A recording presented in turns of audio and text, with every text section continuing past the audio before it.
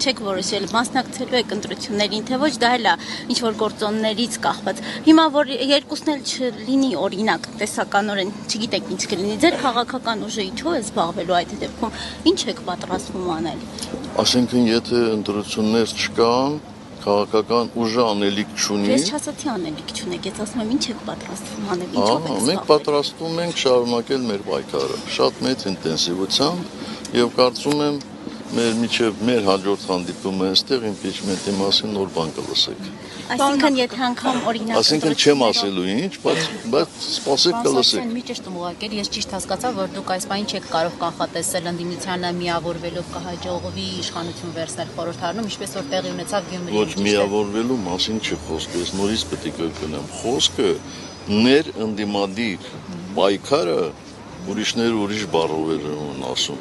Մեղմելու մասին է գնում։ Դրանք տարբեր բաներ են։